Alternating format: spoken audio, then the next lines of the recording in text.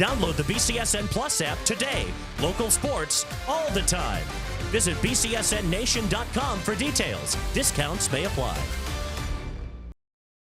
Well, here we are in early April, and the Walleye and the Mud Hens both home this week. As we welcome in Matt Melzak. Matt, thank you so much for taking a little time on a very busy week for you. You know what? It's going to be a lot of fun. I'm looking forward to this week. I'll do some baseball. We got some hockey mixed in there. It's a fun time of the year. Let's start with a team at the end of their season, the end of their regular season, the Walleye.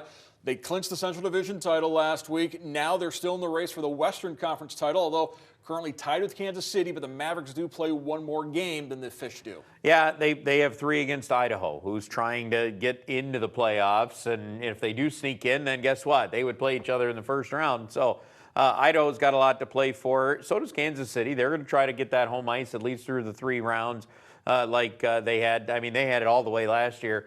But they'd like to have it in that 3rd round. So would Toledo. So obviously it's going to put a premium on those 2 games coming up this week for the Walleye on Friday against Fort Wayne and then Sunday against Indy, who, it could be a precursor of what we're going to see. Absolutely. Now, we've been talking about this for a couple of weeks now. The bottom of the Central Division still undecided. We do not know who that 4th team is. We do not know who the Walleye will play in the first round, and we might not know until Sunday afternoon because all 4 teams are mathematically still alive for that 4th and final spot. They are. The math is very difficult for Cincinnati there at the 64 points. It's a little better for Kalamazoo and Bloomington. There's certainly a lot of things that could still happen over the course of the week, but it's Indy right now who's in the best position because they're at 70 points. All they basically have to do to get a 72, 73, and they're set. So, for them, if they win Wednesday against Bloomington, now the math becomes really hard for everybody else. Brandon Hawkins, ECHL MVP last season,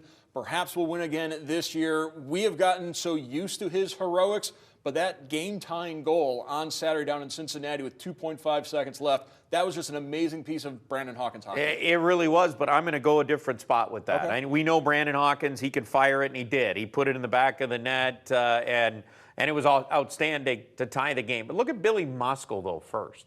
Young man out of the University of Toronto, comes in, joins Toledo here late. Guess what? He's the one who won that faceoff with only a couple of seconds left in that game to give Brandon Hawkins the opportunity to take the shot. And by the way, he won multiple offensive zone faceoffs in that last minute or so when Toledo was trying to tie the game. So let's give him a little bit of credit here. One of those college guys that's come in late, and he's gotten into a lot of big face-off spots for the Toledo Walleye. Of course, Toledo Walleye home on Friday and Sunday, and then just a half a block, 2 blocks away, the Mud Hens are home all week as well.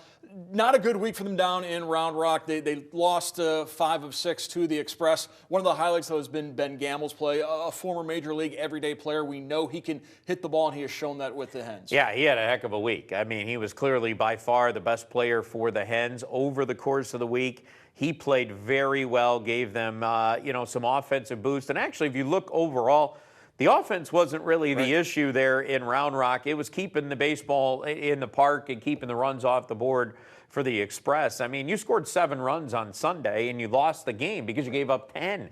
They scored 7 in another game, the one they won on Thursday in extra innings. So they were putting some runs on the board. The problem was they weren't keeping them from going on the board as well. Hopefully the turnaround will be taking on the Iowa Cubs this week at home and being back at Fifth Third Field to do it. Absolutely. They'll be home Tuesday through Sunday. We got 6 o'clock starts Tuesday, Wednesday, Thursday, 7 o'clock on Friday, 5 o'clock on Saturday, 2 o'clock on Sunday. Yep, you got a lot of different start times there, so make sure you head to mudhens.com and get your tickets now to come on down to the ballpark. All right, thank you very much, Matt. Appreciate it.